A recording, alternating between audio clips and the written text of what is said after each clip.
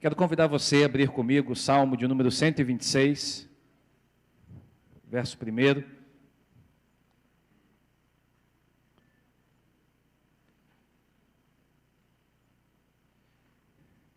Enquanto você abre,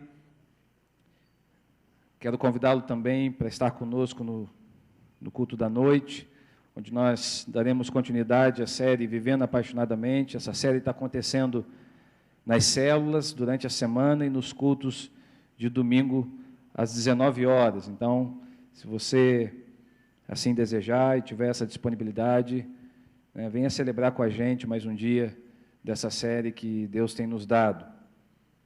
Salmo de número 126, verso 1. Vou pedir que você mantenha a sua Bíblia aberta nesse salmo que nós vamos ler. Nós leremos outros versículos ao longo dessa palavra. A palavra diz assim, Salmo 126, verso 1. Quando, diga comigo, quando, diga para o seu irmão, quando, feche os teus olhos, vamos orar. Pai, em nome de Jesus, quero te agradecer nessa manhã e pedimos para que a tua palavra caia num terreno fértil do nosso coração. Que o Senhor fale conosco, Pai, em nome de Jesus. Amém. Vou pregar sobre essa palavra hoje. Quando? Eu não sei se você já parou para pensar em algumas palavras na Bíblia. A Bíblia é fantástica porque ela traz para nós palavras-chave que expressam a vontade de Deus em uma palavra. Você já parou para prestar atenção nessa palavra? Quando? Talvez você já leu esse salmo, talvez você já tenha lido vários outros textos que de alguma maneira impactaram o seu coração, mas muitas vezes o erro que nós cometemos é ler a palavra sem meditar na palavra. E algumas palavras são interessantes. E essa palavra, quando, tem uma história. Ela expressa uma história, ela não é só uma palavra que inicia um salmo. E o livro dos Salmos é fantástico, porque o livro dos Salmos expressa o coração. O livro dos Salmos, ele toca tanto na gente, porque nós nos identificamos com as experiências. Quando você lê o Salmo, você se identifica com aquela experiência. E essa palavra, ela demarca um tempo, ela demarca um dia, ela demarca um momento em que Deus estabeleceu uma nova história para o povo de Deus. Uma outra tradução troca essa palavra quando por aquela vez. Ou seja, o salmista está querendo nos chamar a atenção para o momento da história. Quando, aquela vez, aquele momento, aquele dia. Há um dia, e grave isso no teu coração, há um dia exato, há um dia oportuno. Há um momento em que Deus estabelece a sua vontade na sua vida e age na sua história e intervém na sua vida. Há aquele momento, há aquele quando, há aquela situação específica. A minha pergunta para você nessa manhã é: você está disposto a esperar? Você está disposto a esperar esse momento? Você está disposto a esperar esse quando acontecer na sua vida? E eu vou explicar do que se trata esse quando, mas eu quero, nesse momento, que você pense na sua vida. Você está disposto a esperar? Nessa semana, nas células, nós vamos trabalhar, o título do estudo é Tirando os Sonhos Congelados do Freezer. E num determinado momento, nas células, nós vamos trabalhar sobre a sala de espera. Quem aqui gosta de sala de espera? Tem alguém aqui? Aquelas revistinhas, hein? Aquelas revistinhas... Veja, sei lá, qualquer outro tipo de revista de notícia, aí você fica lá na sala de espera. Certo dia eu estava numa consulta, e a minha consulta era 9, e eu fiquei cerca de 40 minutos na sala de espera. Misericórdia. Aquilo me dava uma agonia, porque a nossa vida hoje ela está muito cronometrada, o nosso tempo hoje está escasso, e ficar na sala de espera não é algo que nos traga tanto conforto assim. Mas você está disposto a esperar o quando de Deus na sua vida? Muitas pessoas acreditam que esperar é se acomodar. Esperar não é sinônimo de acomodação. Esperar é uma atitude estratégica. Esperar reflete uma atitude, não é ficar parado.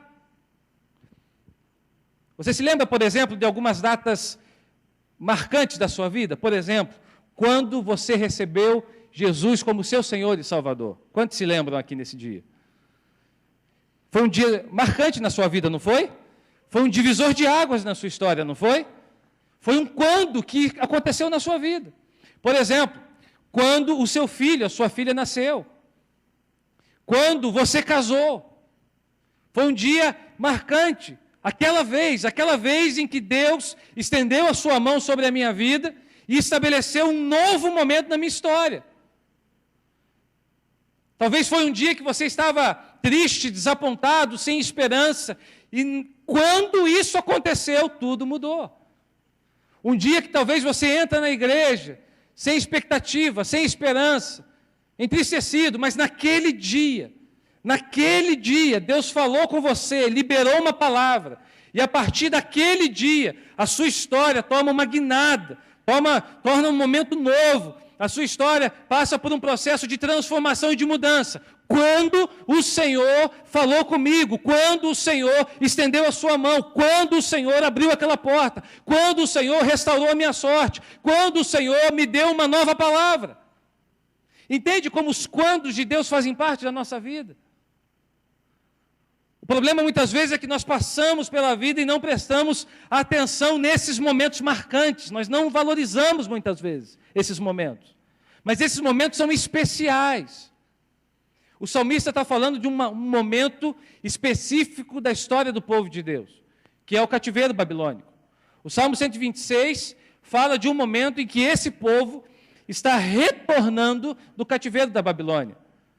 Então, quando o salmista começa o Salmo dizendo, quando o Senhor restaurou a sorte de Sião, numa outra tradução diz, quando o Senhor trouxe os cativos de volta a Sião, está falando de um momento marcante. E olha como ele termina esse versículo, foi como um sonho. Sabe aquele sonho que você não quer acordar? Já teve essa experiência? Eu já tive muitas experiências assim, eu estou sonhando, o sonho está bom demais, aí eu acordo, aí eu vejo no relógio, não está na hora de acordar, o que a gente tenta fazer? Vou retomar o meu sonho, vou retomar aquela experiência, a gente tenta dormir de novo para ver se a gente consegue continuar de onde a gente parou. O salmista estava mais ou menos assim, o salmista com a experiência de Deus ter intervido na história, de Deus ter estabelecido a libertação da Babilônia, ele está vivendo como que um sonho na vida dele. O quando de Deus para o salmista e para a experiência do povo de Israel foi como um sonho. Sabe por quê? Porque o cativeiro da Babilônia foi muito ruim. Foi muito difícil. Se você quer ter uma noção de como foi a vida na Babilônia, leia o Salmo 137. O Salmo de número 137 expressa como o povo estava naquele lugar, qual era o sentimento deles. Porque eles estavam presos em colônias. E aí o salmista diz assim no Salmo 137, que eles se assentavam nos rios da Babilônia e choravam. Eles penduraram as suas harpas nos salgueiros. Sabe o que isso quer dizer? Eles não tinham motivação para cantar. Você já pendurou a sua harpa em algum lugar, em algum momento da sua vida? Um momento que você perde a motivação, perde a direção, desiste de cantar, desiste de celebrar. Os cativos na Babilônia, eles estavam como pessoas que não mais tinham motivo para celebrar na sua vida. Eles pegam as suas harpas e penduram nos salgueiros. Tanto é que no final do Salmo, esse Salmo é um dos salmos mais difíceis da Bíblia. Eles chegam a dizer que os filhos da Babilônia tinham que ser jogados contra a pedra e serem mortos. Eles estavam com o coração ressentido, amargurados, estavam presos, cativos, e foi assim por cerca de 70 anos. Mas eu quero, nessa manhã, falar com você sobre esse momento entre esse momento de espera, entre o que Deus libera sobre a sua vida e o cumprimento do que Deus libera sobre a sua vida. Entre a promessa e o cumprimento da promessa. Há um tempo de espera, até o quando de Deus chegar na sua vida e na minha. Não ache você que as coisas de Deus são passes de mágica, são assim, ó. Algumas coisas Deus libera de forma imediata, mas muitas coisas do que Deus faz na nossa vida, ela respeita um processo. E eu e você, nós precisamos discernir esse processo. Precisamos discernir esse tempo. Entre o Egito e Canaã, teve um tempo.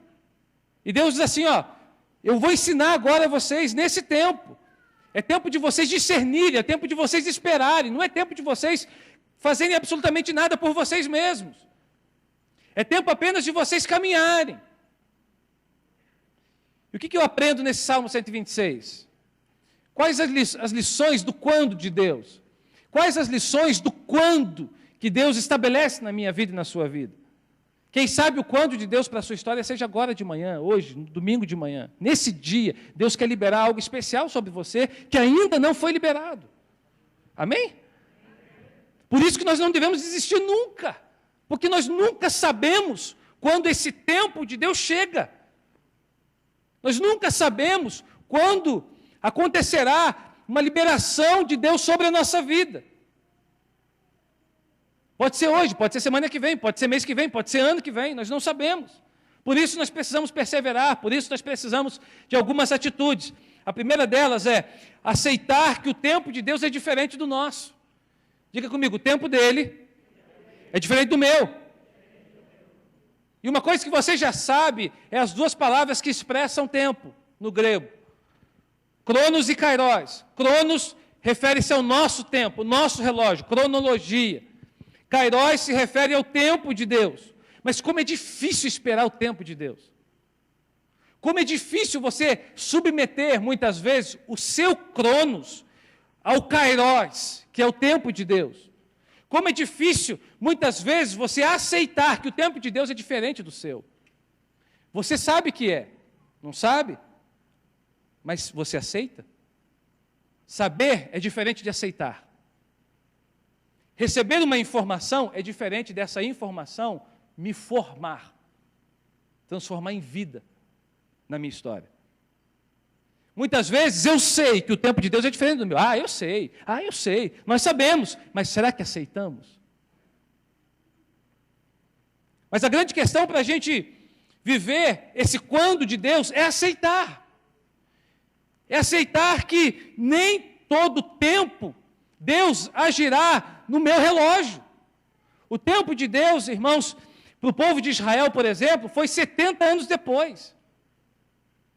Entre as 3 deportações que aconteceram, esse tempo, não foi uma deportação só, foram 3, foram aos poucos, durou 70 anos. Muitos até não consideram 3 deportações, muitos falam de 2, mas na verdade foram 3, teve uma primeira ali, no ano 605. E a grande questão é eu esperar esse tempo, é eu não pular etapas, é eu não transgredir o tempo de Deus. E o tempo de Deus é perfeito, o tempo de Deus é valioso. Eclesiastes 3:1 fala de uma coisa que nós muitas vezes não conseguimos, é desafiador para nós. Fala que tudo tem o seu tempo determinado. Há tempo para todo propósito debaixo dos céus. Sabe o que eu preciso fazer com o tempo de Deus? Reconhecer a sua soberania. Deus é soberano, diga comigo, Deus é soberano.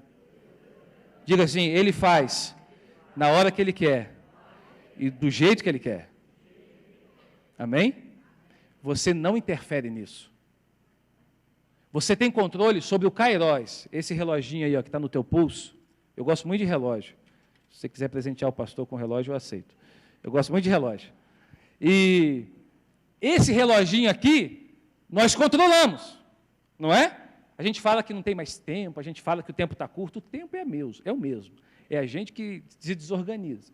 Esse reloginho aqui nós controlamos, mas o tempo de Deus nós não controlamos, porque o tempo de Deus é controlado por Deus. É Ele que estabelece o momento oportuno de intervir na sua vida e na sua história, na sua família, nos seus filhos, na sua saúde. É Ele que estabelece o tempo oportuno de mudar a sua história. Então, vamos obedecer o que a palavra diz, entregue toda a ansiedade ao Senhor, confia nele, confia a sua vida no Senhor, confia os seus caminhos ao Senhor, porque Ele sabe o que faz. Amém?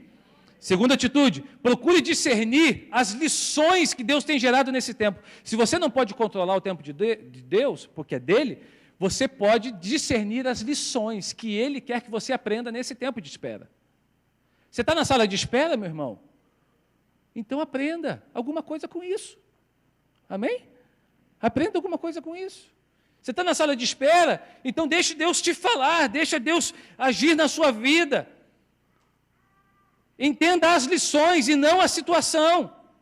Sabe qual foi o problema do povo no deserto? Que eles tentaram entender a situação. Por que a gente saiu do Egito para vir para esse deserto? Por que a gente não está comendo as carnes do Egito? Por que a gente saiu daquele lugar? Entende a diferença de você entender as lições e não a situação? Entende a diferença de você receber as lições desse tempo de espera e não tentar entender a situação? Muitas vezes, por ansiedade, por medo, por dúvida, nós perdemos muito tempo tentando entender a situação e nos esquecemos das lições. Das lições que Deus quer gerar nesse tempo.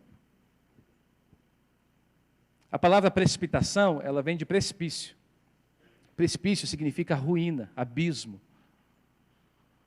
Por precipitação, você pode não viver tudo o que Deus tem para você nesse tempo. Não pule etapas. Não adiante o que não é para ser adiantado. Respeite o tempo de Deus. Pastor, está difícil, tem que fazer alguma coisa. Meu irmão, esperar também é uma atitude. Espere em Deus, espere crendo, espere com esperança, espere com expectativas, procure discernir as lições. O que Deus está te falando nesse tempo? Por que Ele não te curou ainda? Por que Ele ainda não libertou teu marido? Por que Ele ainda não tocou na tua esposa? Por que Ele ainda não trouxe os seus filhos de volta? Espere, tente discernir as lições, tente muito mais do que entender a situação, por que está acontecendo comigo, por que eu estou assim, eu sou dizimista, eu sou fiel, eu sou servo, eu sou isso, eu sou aquilo, como se nós tivéssemos algum tipo de merecimento. Procure entender as lições, procure perceber os princípios, e não a situação. Fuja de soluções instantâneas.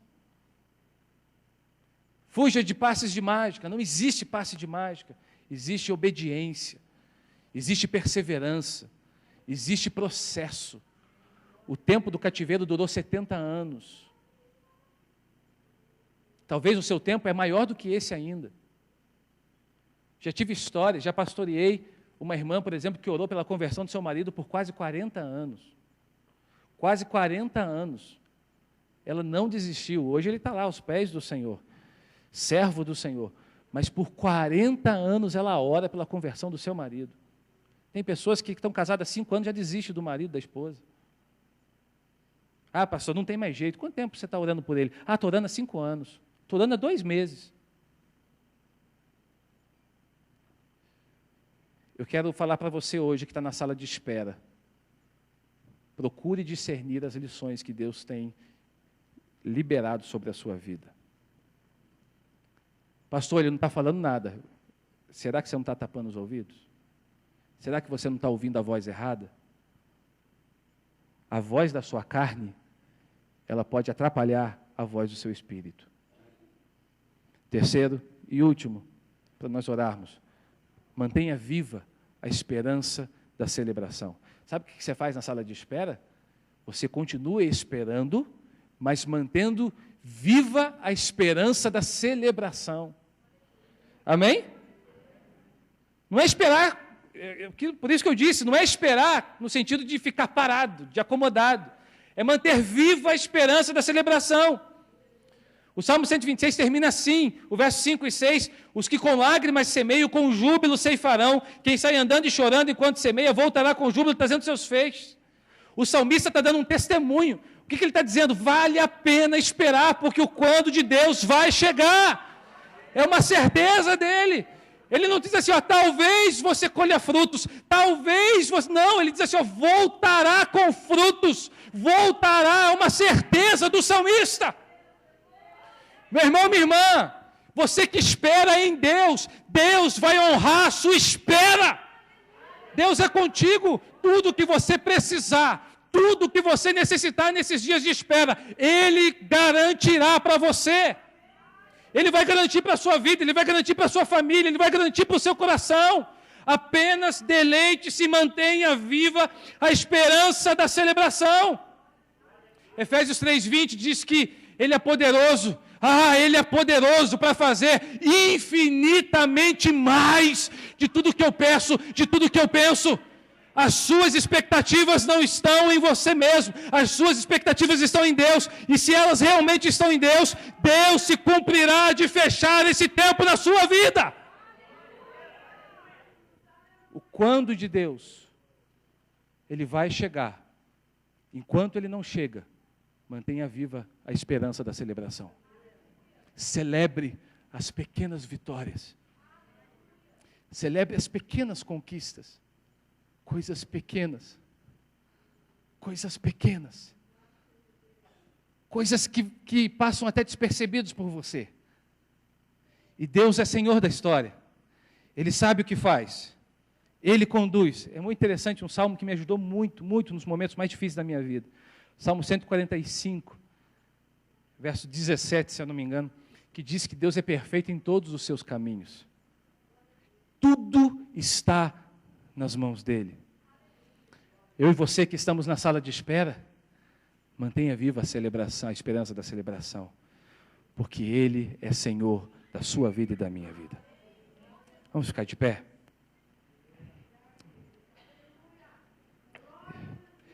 Eu quero orar por você nessa manhã. Você que está na sala de espera. Pastor, estou na sala de espera. Eu estou entre a promessa e o tempo da promessa.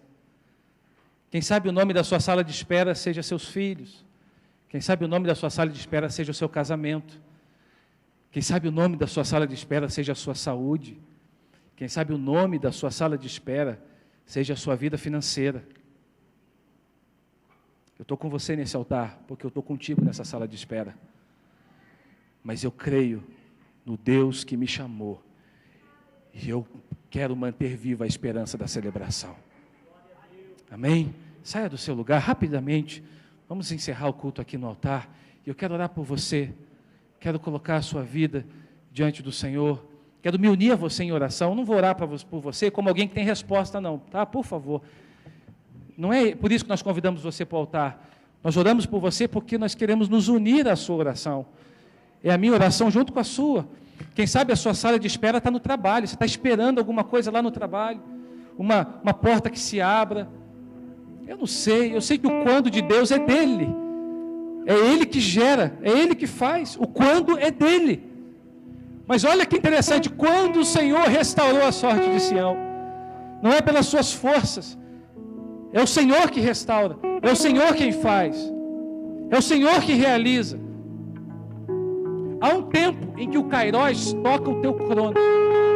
Há um tempo em que o Kairos, ele intervém na sua história e tudo muda, sem explicação. O que antes era dor passa a ser alegria, o que antes era tristeza passa a ser regozijo. O que antes era falta passa a ser provisão.